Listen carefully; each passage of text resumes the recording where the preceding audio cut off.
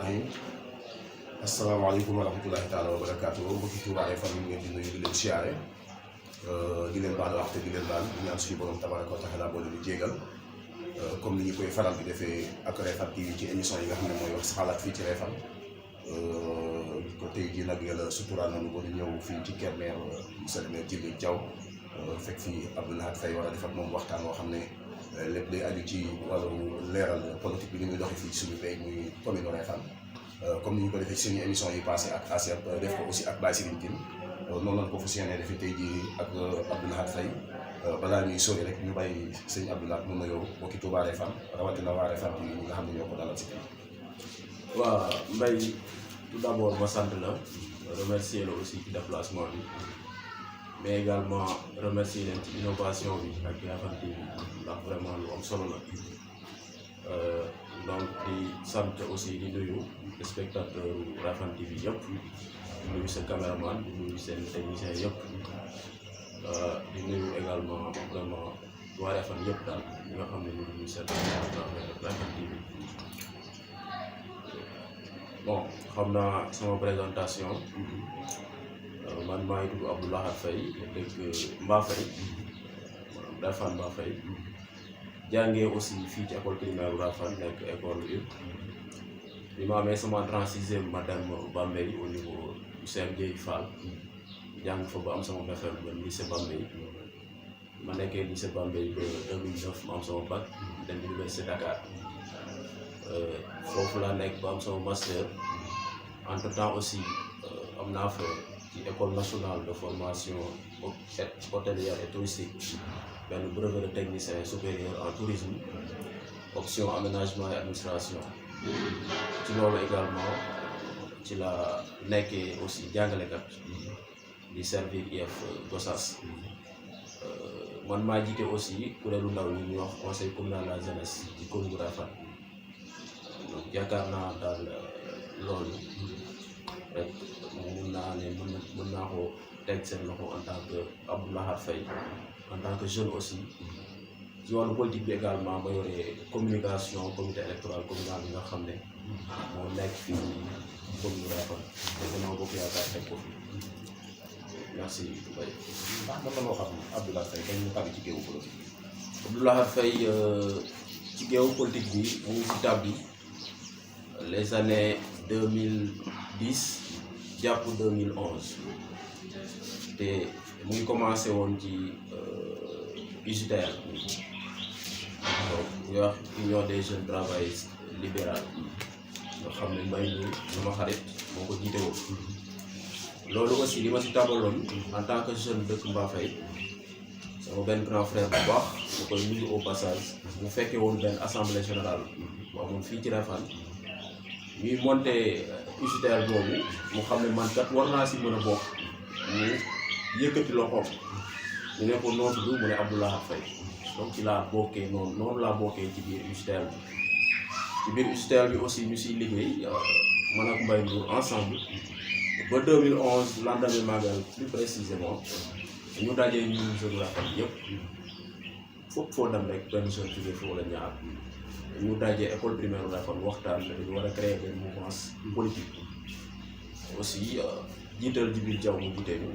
ci 2011 boobu ñu waxtaan aussi ak ay parti politique yu bëri xale yëpp dëppoo si ne ñu ànd ak APR Refane APR donc représenté ko au niveau de Refane yaakaar naa ci loolu daal en un mot wala en quelques mots moo nekk samay début politique. tey ñu toll ci jamonoy campagne candidat yi commencé ñëw fii ci suñu commune Refane yéen a représenté APR fii ci Refane ñoo amoon benn laaj bu ndaw rek ñu la bëgg a laaj ndax dañu seetlu ne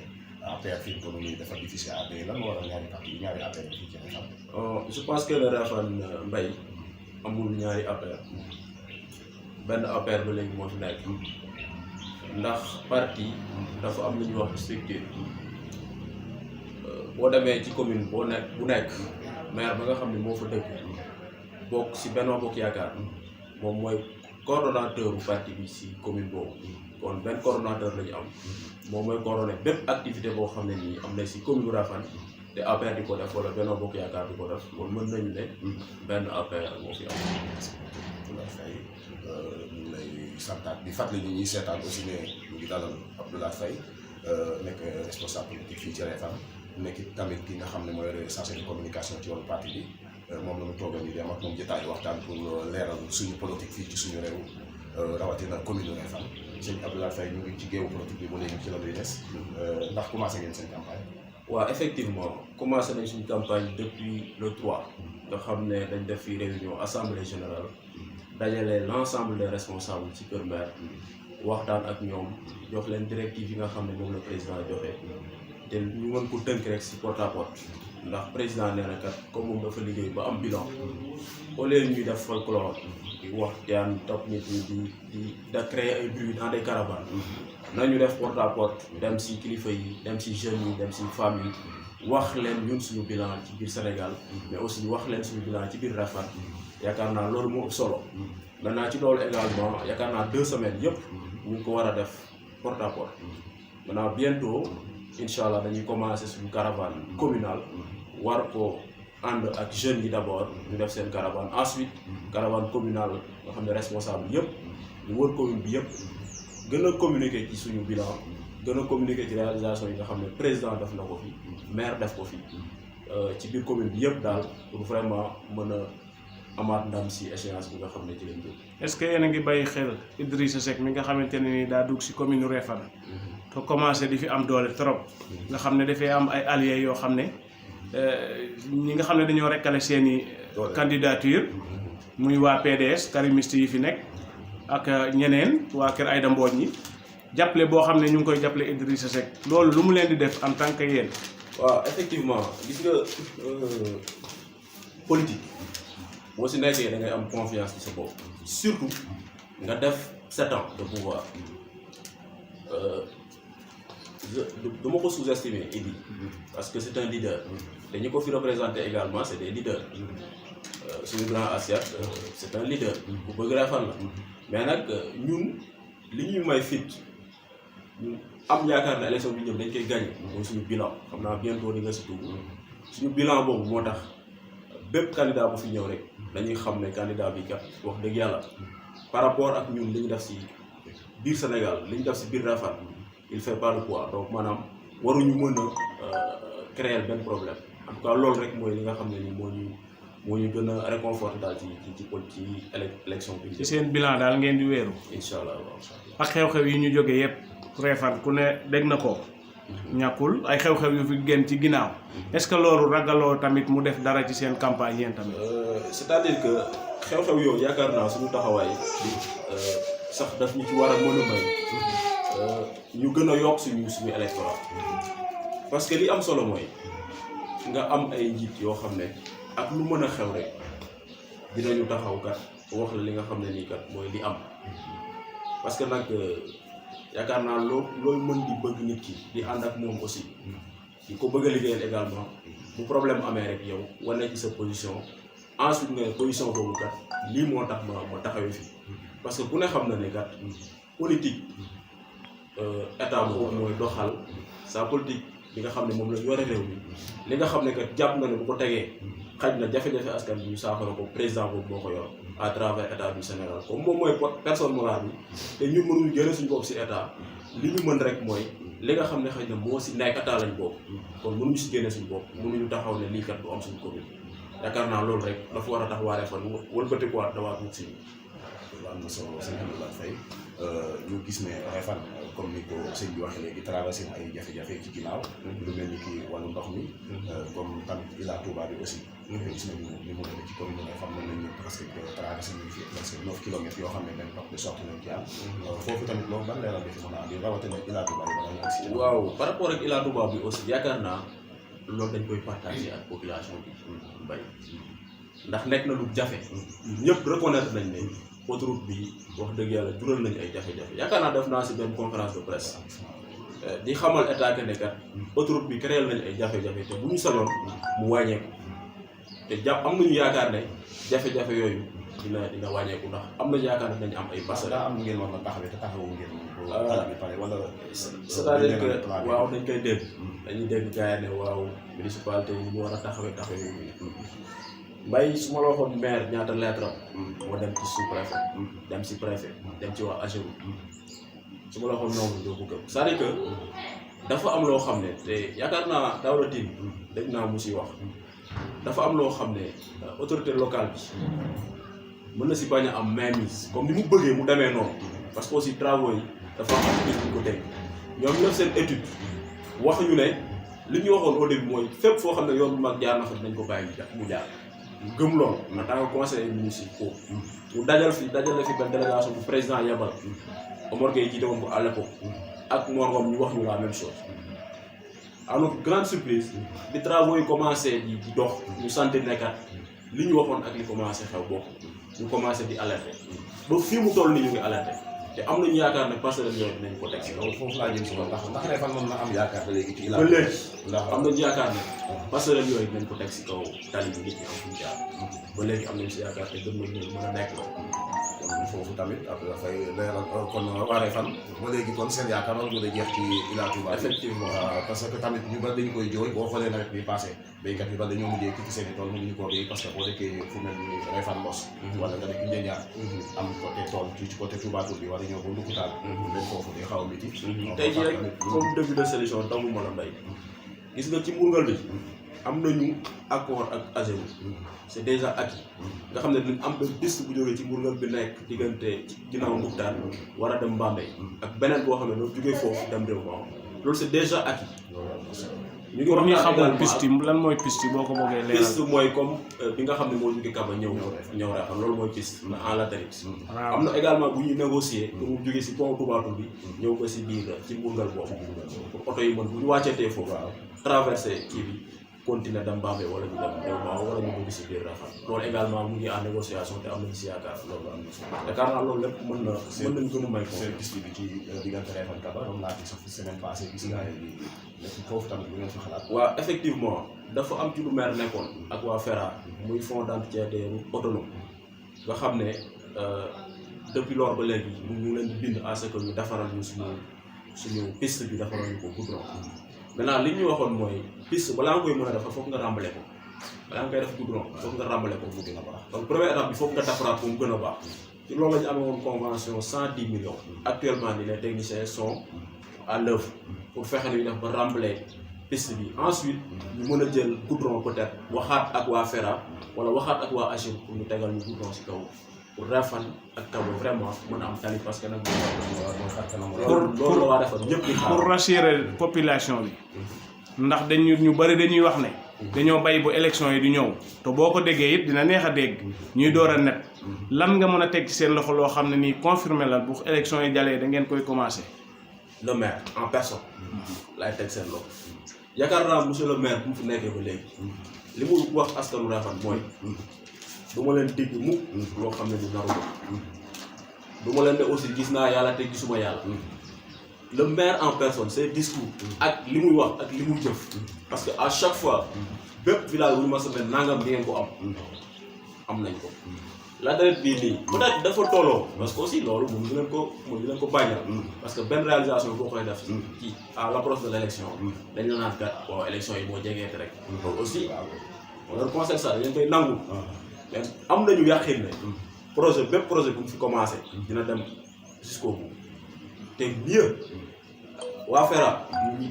ngi liggéey ak ñoom pour mu recruter ay jeunes entretien piste bi ci waa ko toppatoo ñu leen di fay par weer te ñooñu incha allah wala ci commune ñu Refane lañu dégg am option d'emploi boo xam ne war na ànd ak projet boobu. am na solo seen ak fay dañu seetlu aussi ci wàllu courant fii ci commune Refane maanaam ñoo Refane centre waaye yeneen dëkk yi ci ginnaaw Refane peut-être am nañu satisfaction parce que amuñu ko woon ñu ci amee juróomi poto wala juróom-benn sax ñu bañ fi ñëw mais Refane en tant que ci biir Refane ak li ne ci ginnaaw moom sa dëkk yow mbaa fay comme boox comme njaaxlu Refane ci biir Refane gis nañu ne courant bi fi manqué trop gis nañu ne poto lampe yu bëri duñ na Refane ci seen ay mais poto lampe yooyu day ñëw poto lampe Refane loolu mën a leer voilà merci beaucoup Mbaye da ngay may ma dugg nag ci suñu bilan parce que en tant que yor communication comité électoral jëm si campagne jàkkaarloo chaîne bu mel ne Refane TV waa Refane moom ko ma soxla voix waa Refane du ma wax fii ba jógee fii te waxuma li fi def mbay maa ngi fàttaliku bu ñu nekkee fii ci école primaire Réfane les années 97 98 99 ñu talal poto yi jëm Bambey année boobu la état du Sénégal gëj a dugal ay poto ci biir commune Réfane en tant que état Bambey mooy village bi mujj a électrifié avant Wade di fi ñëw avant 2000 li fi Wade nekk ba ñu fi jógee amul benn dëkk bu ñu fi dugal courant. mooy poto yi ñu doon wax waa ji de koo détourné woon yóbbu ko. effectivement xam nga ñun ñëpp ay jeunes lañ fi ñu fekkoon ñu mel ni loolu. waaye alhamdulilah. ndax tey dans la commune de Réfane 22 villages wala 23 villages ak village Ngogom Séeréer muy 24 villages président Macky Sall moo ko électrifié muy lu am solo tey jii nii leen seeseen nga xam ne xëj na sax xale yi jàpp ñu ne ci Réfane lañ boobu laa jëm sax loolu mooy ñetti villages yi ñu dese ñu war a électrifié Réfane centre dañ koy nangu extension bi des na loolu moo doon maire wu audience directeur général wu Senelec bu nekk Thiès foog nga lijjal foog nga dimbali ma yokkal ma sama extension au niveau de Réfane centre au niveau de Ndarep te loolu également am nañu accord principe directeur bi ne dina ko def mais aussi dina électrifier waale Loulou ak ñaari village yu dese bu ko defee au niveau de Réfane ñu atteindre li ñuy wax électrification universelle nga xam ne Réfane daf ko mérito parce que Réfane yorul ay village bu Réfane par rapport ak yeneen village yi ay village la yoo xam ne ay village yu développé la village yoo xam ne day inspiré émergence te jàpp nañ ne Réfane yëpp dañu war a am courant. loolu ci première année bi ngeen koy def wala defar ngeen bilan bi ci première année bi bu ñu jàllee élection yi lay nekk wala. dañuy ñaan ban date ngay joxe. dañuy ñaan élection bi ñu jëm ñu génn si ak victoire bu ñu si génnee ak victoire waa Réfane dinañu xam ne ñu nekkuñu ay autorités yoo xam ne dañuy diggee. 2013 ba léegi tàkkagu ndax da ngeen di ñëw sax. waaw effectivement yoo xam ne da ngeen koy sax rek mu nekk ak ay mobile bi tàkk wala da ngeen di ñëw rek def na tànk bi. loolu également mbay vraiment dama koy nangu. casse-tête la si ñun. fu nekk nag ñu ngi fiy jaar. c'est-à-dire que président day góorgóorlu ba indi projet. mais des fois service yi nga xam ne ñoo war a yeggale. day am ay lenteur. tey jii au niveau de Mbamfay juróomi kondoor la fii SS2 nga xam ne mooy gérer projet boobu indeewu mooy lu doy waar te président mu fa indi projet bu toll ci 65 poteaux mais bon am na village yu boobu mel ni Kombela ak Louy aujourd'hui ay Ndoro dëkk yooyu ay raccordé nañ leen aujourd'hui ñoom ñu ngi goûter les délices de l'électricité nga xam ne sant yàlla la yeneen villages yi également mu ngi ñëw parce que nag duñu def ay milliards ci projet bu toll noonu ba pare bàyyi ko noonu mu naasaay c'est effectivement nañ jéem a anticiper pour beneen projet bu ñëwee ñu fexe ba lante bi si am bu si am yoruñu ko nag en tant que maire mais jàpp nañ ne suñu maa xëj na am na fuur la am na relation yu mu am war na si mën a def effort te incha allah rabi ñu si def. merci Abdoulaye Faye ñu ngi gërëmaat mbokki Touba Réfane bi yëpp rawatina ñuy bàyyi xel seen émission wax sa xalaat fii ci Réfane tey ñu ngi toogal Abdoulaye Faye di def ak moom waxtaan di leeral politique bi ñu muy doxee fii ci suñu commune muy commune Réfane Abdoulaye Faye santé Réfane ñu ngi yàgg wax hôpital bi fi nekk gis nga ñu fa am ndax amul matériel bu baax fii mu ne xëy na ci marché bi bari na dundee waa Réfane ñu ngi doon décidé ñu war a hôpital bu bees fa ngeen am projet. waaw projet ASAT bi may rafetlu vraiment initiative boobu nga xam ne ndaw Réfane dañoo jàpp ne développement Réfane dañ si war a participer nga créer structure bu ñuy wax ASAT vraiment loolu ñëpp koy magnifier te yaakaar naa ñun ñëpp ay membres lañ si man mii si comité de pilotage bi ci laa bokk ñun ñëpp rek ñu ngi fexe hôpital boobu taxaw te yaakaar naa mairie jëloon na engagement def na ko clôturer te yaakaar naa engagement bu ñu jël moom dinañu ko matal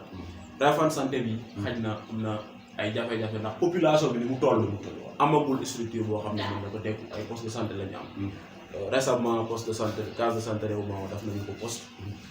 am nañu aussi poste de santé au niveau de Ndarep tabax nañ fa maternité poste de santé Réfane également yaakaar naa mu ngi am xëy na. est-ce que du réalisation bi ëpp doole ci li ngeen di wax wàllu santé poste bu réew maawa bi dégg naa ngeen koy tudd lu bari de. est-ce que loolu rek ngeen fi def c'est-à-dire que réew maawa bu ñu ñëwee fekk ñu mu am ambulance. maire moo fa yóbbu ambulance mu fa yóbbu ambulance xam nga lu tax ñu koy tudd. dafa jël ambulance mu bind si poste de santé de réew maawa. et pourtant case la woon. pour défier l'autorité à ce que mu érige case bi en poste. def nañ ko dimanche passé wala samedi passé. case de santé bi ñu tabax au niveau entre Mbafay Ndiarnou boobu kenn du ko wax. bi ñu tabax Mbafay Ndiarnou Mbuy ñaari Mbuy. boobu également. récemment lañu defaraat case de santé bu Mbambey. am na yeneen ñaari ambulance yu ñuy xaar pour vraiment mën a soulager xëy na population ci côté boobu. yaakaar naa santé xëy na li ñuy appuyer aussi. waaw ndax daa doon laaj yoo xam ne daa bari ñu koy laaj. dañoo son ci yoonu Kaba wi. waaw di dem di faju ji foofu. c'est vrai. te war nañoo mën a am commune bu toll ni Réfane war naa mën a am poste de santé bu dul sax ki poste de santé bu baax. c'est vrai. boo xam ne war nañu fi moom di daje ñun ñëpp. di fi faju mu baax loolu moo tax ñuy wax. au lieu ñuy dem réew maaw tamit ci la bokk mais centre quoi Réfane centre. daa war a am fajukaay bu baax boo xam ne ku jóg rek dañ ciy dem. wax nga dëgg dafa loolu moo am tax psychose nag bu fi nekk. benn psychose bu nekk ci population yi mooy jàpp nañu ne. pour nga am wér-gu-yaram bi nga soxla foog nga dem Kaba. mais li ñu xamul mooy infirmier bi nekk Kaba. ak infirmier bi nekk Réfane benn diplôme bi lañ am. Kaba amul population infirmier la ñu am confiance ci suñu infirmière bi nekk fii. fekkee Kaba ci xel moo gën a xeme ni waaw c'est parce ça que tamit nit ñi tamit santé dafa fiir maanaam boo ñëwee poste de santé bu Réfane gis ni mu mel ak ni mu ñuuxoo marché bi nga gis Kaba ni mu isolé woo ni ci àll bi nekk hôpital boo xam ne xëy na defar nañ ko ba mu defook jamono peut-être foofu la sa xel di war a gën a dalee ciy faju effectivement looloo tax ñu dugg ci santé bi xëy na bu fekkee projet bi ngeen di wax nii pare na xëy na temps boobu mën na wàññeeku parce que seetlu nañu pharmacie bi bu ubbee Réfane ak léegi ñun dañuy daw Kaba Réfane bari na ñu yóbbante ay ordonnance mais bu pharmacie bi ñëwee léegi lu am jeex na kon xëy na bu lii paree aussi peut-être loolu dina mën a wàññeeku lu am solo nañu gën a liggéey rek te aussi waxtaan ak population bi aussi ñu am confiance ci autorité sanitaire yi nekk fii parce que nag diplôme yi ñu am benn la yaakaar naa Kaba amul médecin fii ñi fi fajoo bëri na yaakaar naa président comité de développement sanitaire bi mu ngi si def communication bu am solo fii échographie dañ ko fiy def te pourtant jigéen ñu ngi dem ba Thiès loolu lépp amu fi woon donc ñu am yaakaar rek yaakaar naa bu ñu booloo ñun ñëpp gën a liggéey. est-ce que du manque de communication daa am foofu tamit. waaw des fois aussi dañ koy nangu parfois manque de communication wala askan bi si boppam également dañu wër information parce que askan bi aussi dañu am rôle bu am solo bu ñu war a jouer ci information yi di dem fekki information yi bu fekkee jotuñu si loolu lu am solo la. lu am solo amoon naa benn laaj tamit ci marché bi. ndax marché bi Réfane bi ni mu demee ñu bëri rafetlu wuñu ko am ngeen projet ci marché wala marché Réfane bi lan ngeen ci xalaat yéen. effectivement xam nga marché bi avant ñu ñëw ci mairie bi yaakaar naa li ko wax bëri na ndax dañu fi tàgg ay cantine au lieu ñu tabax ko luyee ko nit ñi mu dugaat si keesu mairie bi dañ ko jaay nit ñi tey jii pour nga fayloo lañ ko tam sax lu jafe la am nañu projet effectivement war nañ tabax 30 cantines ci mairie Réfane ci marché Réfane à 2 niveaux 15 ci kaw 15 ci suuf loolu projet mu ngi en cours fan yële lañu jël xaalis bi mu ngi actuellement ni en ci suñu compte li ci des mooy lancé waat kii bi ndax comme dafa yéexoon fonds yi gën a bëggoon foog nga lancé waat defaraat ci papier yi lancé waat marché bi def appel d'offre pour entreprise yi ñoom mën a ñëw conquérir ñu commencé liggéey boobu. kon commune bi amul benn recette buy jógee ci marché bi wala dara. non c'est-à-dire que am na maanaam ni mu war a duggee xam nga cantine yi fi nekk yëpp bu fekkoon mairie moo ko tabaxoon di ko loué yaakaar naa dina mën a dugal lu am solo ci biir keesu mairie bi mais defuñu ko dañ ko dagg jaay ko léegi man maa moom sama cantine patente laay fay peut-être par année est-ce que sax ñu ngi koy fay normalement parce que des fois aussi citoyenneté bi ci Réfane mën na manqué ñi di fay impôt ñii duñu fay ñi di fay taxe ñii duñu fay te loolu également war na si gën a communiquer te yéen ñëpp am ngeen si rôle bu ngeen war a jouer war Réfane TV jàpp naa ne war a mën a dugg ci marché bi def émission ci loolu waxtaan ak émission sax dañ ko teewagul mais ci seen xalaat yéen maanaam ndax xalaatu ngeen ne da ngeen a war a décentraliser marché bi génne ko fii mu nekk utaat beneen marché bu bees soit da ngeen a war a yokk parce que gis naa ay espace yu bëri yoo xam ne ñu ci wetu marché bi jàpp naa ne man sama xel mu nga pour ko aménager defar ko peut-être yéen secteur yu bëri ci biir marché bi nga fa mën a toog waaw gën a baax loolu aussi yaakaar naa conseil municipal bi ñu si discuté bëri na ay conseil boo xam ne marché Réfane fi mu nekk dafa xat war nañ ko mën a génne mais ça demande des moyens dafa laaj xaalis bu bëree bu takkoo marché yi tey pour nga def ko li nga ko war def mu indil la dara foog nga am benn financement bu am doole nga xam ne dafay nekk yëpp yaa ko fay def en tant que mairie bu ko defee recette yi di mën a dugg ci keesu mairie bi moo tax mu ngi en cours yan pexe ngeen ciy jël pour bu baax waaw forage Réwma yaakaar naa nañu si remercier président ndax bi nga xamee ne ñëw na si nguur gi fekk na Réfane jafe-jafe ko métti yàlla dogal ci PUDC ci phase 1 bu indi ñu si forage malheureusement forage boobu ba léegi liñ doon seetlu sotteeku fan yële lu waral loolu techniciens yi te jàpp naa techniciens yi liñ si def liñ ci war a def ñu ngi koy def ndax fan yële indiwaat nañ fa beneen pompe bu mag war nañ ko monter xëy na fan yi xool ba xam parce que dañu ne moom ñu monté woon bi ñu génnee suuf lay génne jàpp nañ ne am na benn liggéey bu ñu waroon def si pompe boobu defuñu ko ñu ne ñu beneen pompe ëpp puissance fan yu néew dinañu ko lundi bii paase la ñu waxoon nañu kay la ñuy def échéance yi xool ba xam ne muy kii mënoo am yaakaar ne forage boobu waaw mënuñu am yaakaar ne forage boobu millions yu bëri yu si def vraiment du xam nga ñun tamit li askan wi di ñu yóbbante rek ak li ñuy dégg moom la ñu lay laaj bu ñu toogee ak yow mais ñoom dañuy wax ne du forage su Rémao nekkul problème technique problème la boo xam ne maire bi daa war a dem waxtaan ak askanu Rémao ñi nga xamante ne nii teen bi dafa ne ci seen suuf loolu it bari na ñu koy wax ñu koy dégg kon bu ñu toogee ak yow nga toogal fi maire dinañ la ko laaj boo ci amee leen loo ci mën a leerlu nga leer. c'est vrai rumeur yooyu également ñu ngi koy dégg rumeur yooyu ñu ngi koy dégg mais jàpp nañu ne comme ni ma la ko waxee sànq rek ñun li ñu jàpp mooy xëy na c'est un problème technique te jàpp nañu ne techniciens yi ñu ngi def tout pour vraiment diligenter problème boobu en tout cas ñun loolu lañu jàpp laaj na wax bu laajee waxtaan aussi jàpp nañ ne maire bu am ouverture la pour mën a discuter ak population bi xam na fi muy jaar man jàpp naa ne laaj na waxtaan parce que comme ni ko sama naataango bu waxee bari na ñoo xam ne dañ ne forage boobu ni ñu ko samp ci suufu tool yi waa Ndié yooyu xëy na tegul ci yoon peut-être forage bi déracé wu leen mais toolu noor bi parce que am na lu mu posé foofu c'est vrai donc kon man ci li ma jàpp mooy war ngeen a arrière ak tuuti waxtaan ak bopp yooyu pour mën a jubóo ci gën kadu loolu ñëw parce que njëriñ la pour askan c'est vrai amoon na kuwaat yooyu dégg nañ ko amoon na kuwaat ci problème mu installation tool bi ak yooyu mais problème boobu jàppoon nañ ne réglé nañ ko nekkee ba léegi des na fa loolu aussi yaakaar naa ne autorité municipale bi en tant que ñun autorité municipale yaakaar naa waxtaan moom bu ko laajee incha allah rabi nañu ko def. mooy arriéraat ci ginnaaw loolu it beneen laaj bu ñu ma yóbbante la. muy arrestation yi fi amoon. yi ñu fi ñëwoon xam nga police dafay ñëwoon jàpp fi ñu bëree bëri. loolu it dañu ma koy wax boo toogee ak maire wala ku fi nekkal maire na nga ko laaj. loo ci mën a leeral askan wi ndax ñu bëri dañoo jël tuuma teg ko ci seen kaw. waaw bon xam naa gars yi moom c'est-à-dire que li ñu tuumaal tamit. mënuñu ko bañ ndax bëri na lu ñu fi tuumaal yaakaar naa bañ demee ba ca kanam histoire weet na loolu moom seet waaw loolu moom du ma si dellu si waat problème mu arrestation je pense que ne gis nga autorité judiciaire yore wàllu yoon na muy liggéey dañu waan dañu yor seen cëgal bi parce que ñoom lu ñuy liggéey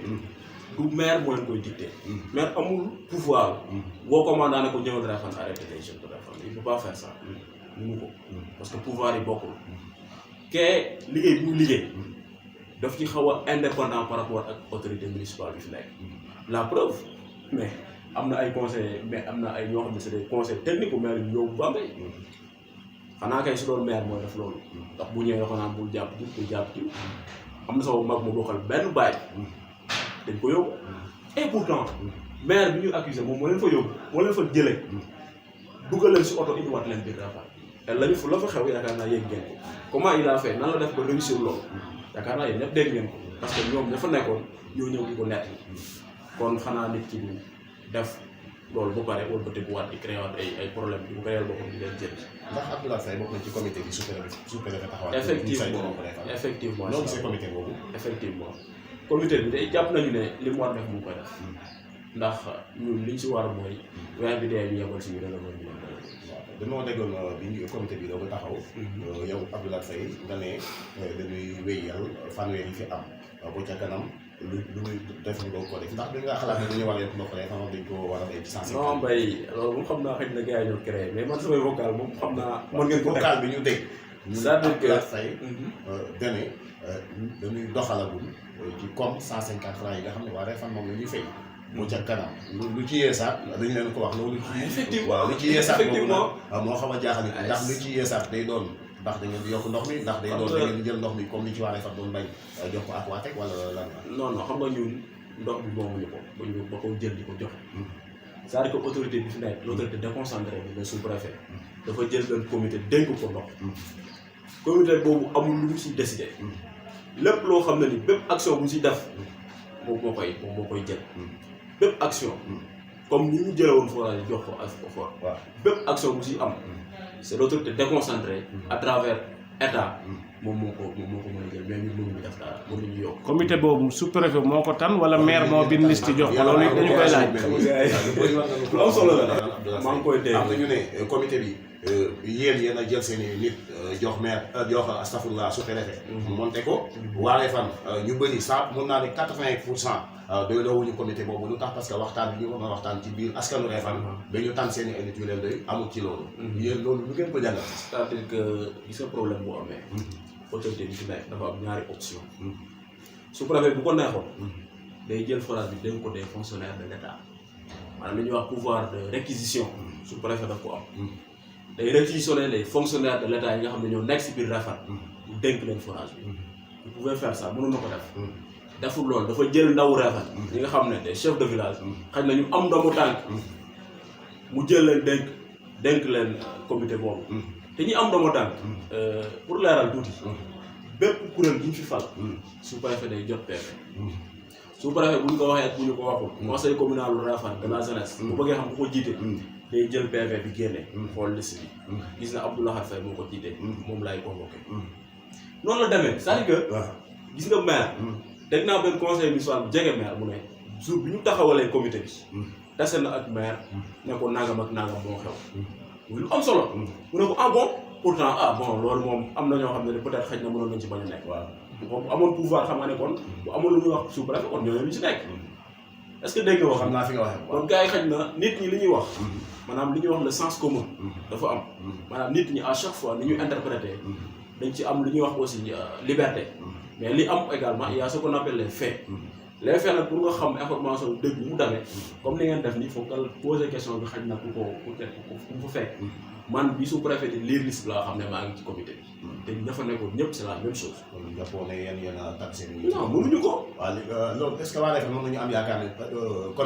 comité boobu taxaw pour saytu forage su Refane te mu andiwaat même coow ci affaire bi. est-ce que jàppoo ne dañu war a toogaat suñu biir waxtaan. c'est-à-dire que côté bu ne gën a ña nga xam ne peut-être ñoo leen doon. ñu xam nga la ca am solo rek. mooy dafa am autorité bu mën a doxal loolu. yaakaar naa la ko ca war. dama ko jàngal liggéey xam na ko bu fekkee dafa war a woote waat xam na bu fekkee dafa war a béy comité bi. question personnelle. su ma doon dénkaane. waaw ñu am ndomu tànk lay dégg. su may dénkaane ci biir ñi am ndomu tànk ndax ndomu tànk yi ngay xool wala nit ki ci boppam ngay. non attends xam nga yéen li ngeen di wax xëy na kii aw ma ci moom confiance. waaw parce que confiance. waaw loolu confiance dafa nekk loo xam ne c'est relatif. mën nga am ci man confiance. kii ñëw bañ a am ci man confiance donc dafa dépendre ci individu bi. mais li am solo rek mooy nit ki li ñu ko dénk. xoolal ba xam ndax na ko mën a na ko doxal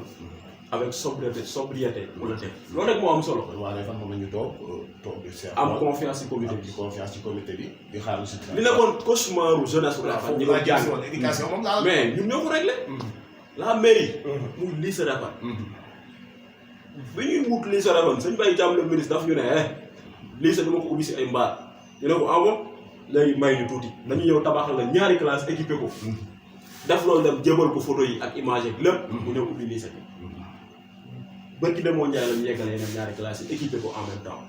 et pourtant loolu du suñu relève. conseil départemental mooy gérer loolu. mais xam nañu ne doomu Refane dañu war a jàng toog si Refane jàng ba am bac. ñun la war en tant que des intellectuels ñu souffrir. ci biti. xam li gars yi dundee kon war nañu mën a defar ab lycée ci municipalité bi ñu def ko. école ngangu ne. kale amee. da ñëw tabax école ba mu day. ñu muré ko clôturé. à travers le paquet. état du Sénégal à travers Macky Sall moom moo ko fi def. muy bilan bu am solo. ñaata ordinateur la ñu distribué ci école yi. école bu fi nekk. seen fourniture yi créé yi léegi bu ñuy bindee dam parce que dafay yàgg. tellement maire leen jox fourniture ba dañ naan sax créé bu ngeen di jëndate bu leen jënd créé. chaque année dañ ciy dugal 6 millions. nga jël récemment 300 et quelques élèves. ci biir commune Refane. ku nekk ñu jox la sac. jox la fourniture yi nga soxla yëpp le 28 avril bi passé. te war ko reprendre. les directeurs d'école yi nekk fii nii ci biir commune Refane.